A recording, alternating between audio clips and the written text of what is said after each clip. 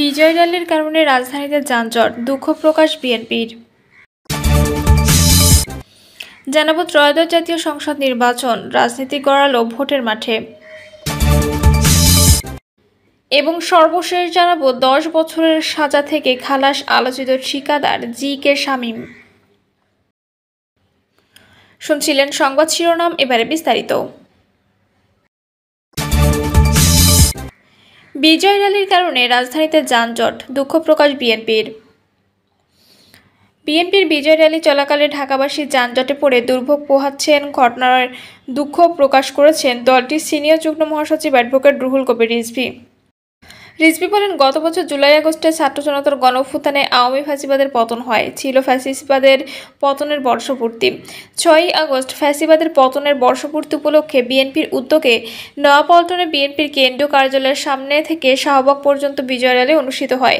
এই বিজয় র্যালিতে অসংখ্য মানুষের সমাগম হয়। বিজয় র্যালি চলাকালে ঢাকাবাসীকে রাস্তায় যানজটে পড়ে দুর্ভোগ পোহাতে হয়। বিএনপি কর্তৃক আয়োজিত বিজয় র্যালির কারণে ঢাকাবাসীকে অনাকাঙ্ক্ষিত কষ্ট দেওয়ার জন্য বিএনপি আন্তরিকভাবে দুঃখ প্রকাশ করছে বলে বিজ্ঞপ্তিতে উল্লেখ করা হয়। ত্রয়োদশ জাতীয় সংসদ নির্বাচন, রাজনীতি গড়ালো ভোটের মাঠে। নির্বাচনের নিশ্চিত গন্তব্য এখন ফেব্রুয়ারি, ফলে 6 মাস বাকি থাকলেও কার্যত নির্বাচনী ট্রেনে যাত্রা শুরু হয়ে গেছে। যারা ইতোমধ্যে নিজের প্রার্থিতা নিশ্চিত করে ফেলেছেন তারা কালক্ষেপণ না করে ভোটের মাঠে নেমে পড়েছেন। বাকিরা প্রার্থিতা নিশ্চিতের গ্রিন সিগন্যাল পেতে ব্যস্ত সময় পার করছেন। জাতির উদ্দেশ্যে দেওয়া ভাষণে প্রধান উপদেষ্টা ডক্টর মোহাম্মদ ইউনূস আগামী রমজানের আগে ফেব্রুয়ারির প্রথমার্ধে ভোট আয়োজনের ঘোষণা করেন। এর মধ্য দিয়ে নির্বাচনের সময় নিয়ে যেমন সব ধরনের ধোঁয়াশা কেটে গেছে, তেমনি ভোটের রাজনীতিও গড়িয়েছে মাঠে। বিশ্লেষকরা মনে করেন, এবার যেহেতু স্মরণকালের অবাধ, সুষ্ঠু ও নিরপেক্ষ নির্বাচন হবে, ফলে স্বাধীনতার পর এই প্রথম ভোটারদের কদর হবে সবচেয়ে বেশি। প্রার্থীদেরও জনগণের কাছে কঠিন পরীক্ষার অবতীর্ণ হতে হবে। উপরন্তু তরুণ ভোটারদের অনেকেই এই প্রথমবার ভোট দিতে যাচ্ছেন। সবকিছু মিলিয়ে আগামী জাতীয় সংসদ নির্বাচন প্রার্থীদের জন্য নানামুখী চ্যালেঞ্জ তৈরি করবে। বিশেষ করে রাজনৈতিক দলের সঠিক প্রার্থী বাছাই ভোটের মাঠে বড় চ্যালেঞ্জ হয়ে দেখা দিতে পারে। এছাড়া ফ্যাসিবাদ বিরোধী শক্তির সামনের সারিতে থাকা বিএনপির মতো বড় দলের দায়-দায়িত্ব অনেক বেশি বলে বিবেচিত হচ্ছে। গণঅভ্যুত্থানের পক্ষ ধরে ঐক্য রেখে রাজপথের দীর্ঘদিনের আন্দোলনের সহযোগিতাদের নিয়ে কিভাবে নির্বাচনী বৈতরণী পার হবে এবং নির্বাচন পরবর্তী সময়ে জাতীয় সরকার গঠন করার নানা চ্যালেঞ্জ দলটিকে রাজনীতির অভিভাবকের ভূমিকায় দাঁড় করিয়েছে। খোঁজ নিয়ে জানা গেছে, নির্বাচনের মাঠে বিএনপি অনেক এগিয়ে রয়েছে। রাজনীতি ও ভোটের মাঠে এই মুহূর্তে সবচেয়ে বৃহৎ দল হওয়ার কারণে দলটির সম্ভাব্য প্রার্থীর সংখ্যা অনেক বেশি। এজন্য ভোটারদের কাছে বিএনপি সম্ভাব্য প্রার্থীর বেশ আগেভাগে নির্বাচনী আসনের সঙ্গে যোগাযোগ বাড়িয়েছেন। নাম প্রকাশে অনিচ্ছুক বিএনপি নীতি নির্ধারক পর্যায়ের একাধিক নেতা জানান, বড় দল হিসেবে প্রতিটি আসনে বিএনপির একাধিক প্রার্থী থাকবে, এটাই স্বাভাবিক। আবার এখন প্রার্থী ঠিক করার সবচেয়ে বড় কাজ। ইতোমধ্যে কয়েকটি জরিপ চালানো হয়েছে, এখন তৃতীয়বারের মতো জরিপ চলছে। তবে মহাসচিব মির্জা ফখরুল ইসলাম আলমগীর সহ অন্তত 70 থেকে 80 জনের মতো সিনিয়র ও ডার্ক সাইডের নেতা রয়েছেন যাদের প্রার্থীদের শতভাগ নিশ্চিত। বাকি আসনগুলোতে প্রার্থী কাদের করা হবে তা নির্ধারণ করতে হাইকমান্ডের নির্দেশে জরিপের মাধ্যমে যাচাই বাছাই চলছে। এছাড়া দীর্ঘ আলোচনার আন্দোলনের বিএনপির সঙ্গে থাকা সমমনা দলগুলোর গুরুত্বপূর্ণ নেতাদের জন্য কিছু আসন ছেড়ে দেওয়ার বিষয়টিও বিবেচনায় রয়েছে। এদিকে জামায়াত ইসলামী ইতোমধ্যে 296টি আসনের সম্ভাব্য প্রার্থী ঘোষণা করেছেন। প্রার্থীরা নিজ এলাকায় নির্বাচন কেন্দ্রিক কর্মকাণ্ডে ব্যস্ত সময় পার করছেন। ইসলামী আন্দোলন বাংলাদেশের প্রার্থীদের সাক্ষাৎকার নেওয়া শুরু করেছে। ইতোমধ্যে ঢাকা, চট্টগ্রাম, বরিশাল ও রাজশাহী বিভাগের প্রার্থীদের সাক্ষাৎকার গ্রহণ করেছেন। গণ অধিকার পরিষদের আসন্ন জাতীয় সংসদ নির্বাচনের জন্য প্রথম ধাপে 36টি আসন দলীয় প্রার্থী ঘোষণা করেছে। বাংলাদেশ খিলাফত মজলিসও 223টি আসনের প্রার্থী ঘোষণা করেছে। এদিকে গণঅভ্যুত্থানের সামনে থেকে নেতৃত্ব দেওয়া সমন্বয়কদের নতুন দল জাতীয় নাগরিক পার্টি নির্বাচন প্রস্তুতি থেকে পিছিয়ে নেই। দলটির অন্তত 40 জন সম্ভাব্য প্রার্থী নিজ এলাকায় যাচ্ছেন, সাধারণ মানুষের সঙ্গে যোগাযোগ রাখছেন। বিশ্লেষকদের মতে এবার নির্বাচন আগের মতো গতানুগতিক হবে না। ভোট যেহেতু অবাধ, সুষ্ঠু ও নিরপেক্ষ হবে, ফলে প্রতিটি ভোটারের কাছে প্রার্থীদের ঠিকঠাক পৌঁছাতে হবে। ভোটারের মন জয় ছাড়া ভোট পাওয়া যাবে না বলে প্রার্থীদের প্রচারণায় বেশি সময় ব্যয় করতে হবে। আবার গণঅভ্যুত্থান পরবর্তী সময়ে ভোটাররা যে ধরনের প্রার্থী পছন্দ করেন সেই মানের প্রার্থীও মনোনয়ন দিতে হবে। ফলে প্রার্থী নির্বাচনে দল ভুল করলে প্রত্যাশিত ফলাফল ওলটপালট হয়ে যেতে পারে। এজন্য রাজনৈতিক দলগুলোর প্রার্থী চূড়ান্ত করার ক্ষেত্রে নতুনত্ব সহ নানা দিক বিবেচনায় নিতে হবে। এবার মনে রাখতে হবে, অনেক ভোটার শুধু মার্কা দেখে ভোট নাও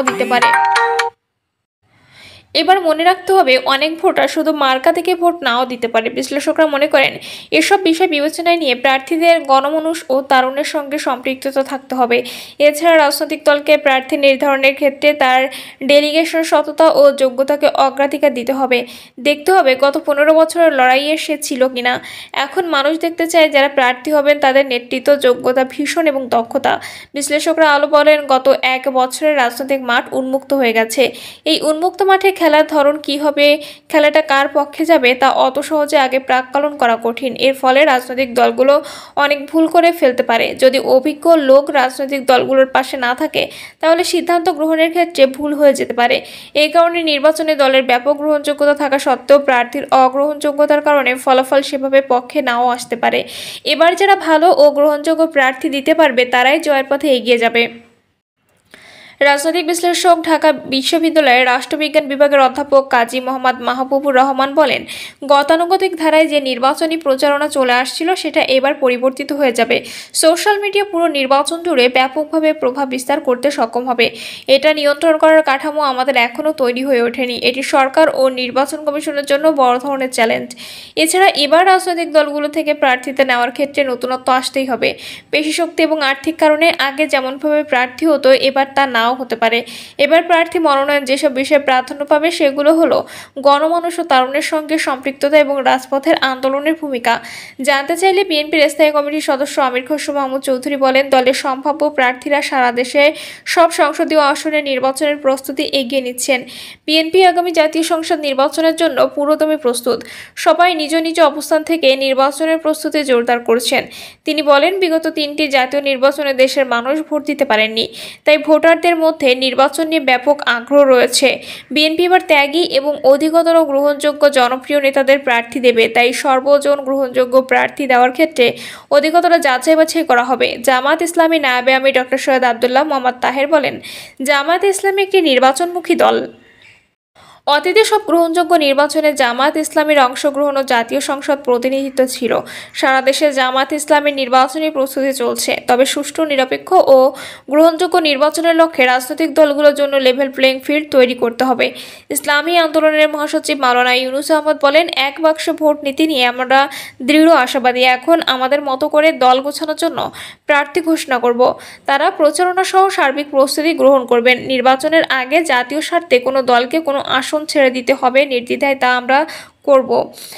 সমমনাদের সঙ্গে কাল থেকে বিএনপির বৈঠক। নির্বাচনের সময় ফেব্রুয়ারিতে ঘোষণার পর রাজনৈতিক দলগুলোর আরও তৎপরতা বেড়েছে। দলগুলোর সম্ভাব্য প্রার্থীরা নিজ নিজ আসনে যেতে শুরু করেন। নির্বাচনকে সামনে রেখে সমমনাদের সঙ্গে ধারাবাহিক বৈঠকের সিদ্ধান্ত নিয়েছে বিএনপি। এরই অংশ হিসেবে গুলশান কার্যালয়ে 12 দলীয় জোটের সঙ্গে বৈঠকে বসছে দলটি। এতে বিএনপির ভারপ্রাপ্ত চেয়ারম্যান তারেক রহমান ভার্চুয়ালি থাকবেন। জোটের মুখপাত্র ও বাংলাদেশ এলডিপি চেয়ারম্যান শাহাদাত হোসেন সেলিম বলেন, নির্বাচনের আনুষ্ঠানিকতা শুরু হয়ে গেছে। 12 দলীয় জোট দীর্ঘদিন ধরে বিএনপির পরীক্ষিত মিত্র। নির্বাচন নিয়েও হয়তো আলোচনা হবে। তিনি আরও বলেন, আমরা যারা নির্বাচনে অংশগ্রহণ করতে আগ্রহী তাদের নিজ এলাকায় কাজ করতে এবং সেখানে জনমত তৈরি করতে নির্দেশনা দেওয়া হয়েছে। জোটের বৈঠক হয়েছে, সেখানে কারা সম্ভাব্য প্রার্থী হবেন তা সহ নানা বিষয়ে কথা বলবো। জানতে চাইলে বিএনপির ভাইস চেয়ারম্যান নুরুল ইসলাম মনি বলেন, এই মুহূর্তে আইনশৃঙ্খলা পরিস্থিতির উন্নতি খুব দরকার। পরিবেশটা যাতে সুষ্ঠু ও সুন্দর থাকে সেজন্য সবার কাজ করা উচিত। এ ব্যাপারে সরকারের আরও সিরিয়াস হওয়া দরকার। অনেকে বিএনপি বিরুদ্ধে অনেক কথা বলে, কিন্তু আমরা তা সহনশীলতার মধ্যে রাখার চেষ্টা করি। এখনো পর্যন্ত ভারপ্রাপ্ত চেয়ারম্যান তারেক রহমানের মুখে এমন একটা কথাও কেউ শোনেননি যেটা কাউকে আহত কিংবা ক্ষতি করেছে। এদেশে স্বাধীনতা, সার্বভৌমত্ব অক্ষুণ্ণ থাকে। গণতন্ত্র যাতে উত্তরণ ঘটাতে পারি তার জন্য সবাই মিলে কাজ করা দরকার। সেজন্য বড় দল হিসেবে বিএনপি যে ধরনের দায়িত্ব পালন করা সম্ভব তা সবই করছে। গণতন্ত্র মঞ্চের শীর্ষ নেতা বিপ্লবী ওয়ার্কার্স পার্টির সাধারণ সম্পাদক সাইফুল হক বলেন, সম্ভাব্য নির্বাচনী অঞ্চলগুলোতে গণসংযোগের কাজ অব্যাহত আছে। নির্বাচনের সময় নির্ধারণ হওয়ায় এখন আরেকটু জোরদার করছে। তবে নির্বাচনের সম্ভাব্য অঞ্চল ও প্রার্থীতা এখনো চূড়ান্ত করিনি। চূড়ান্তভাবে কয়টা আসনে নির্বাচন করা হবে, নির্বাচন কেন্দ্রিক গণতন্ত্র মঞ্চ, বিএনপি বা অন্যদের সঙ্গে সমঝোতা বা বোঝাপড়াটা কোন লেভেলে, কোন পর্যায়ে হবে আগামীতে, এটা একটা গুরুত্বপূর্ণ প্রশ্ন যা সমাধান করতে হবে। প্রিয় দর্শক, এই ছিল এখনকার সর্বশেষ সংবাদ। আপডেট সব সংবাদ পেতে চ্যানেলটি সাবস্ক্রাইব করে বেল আইকনটি ক্লিক করে রাখুন।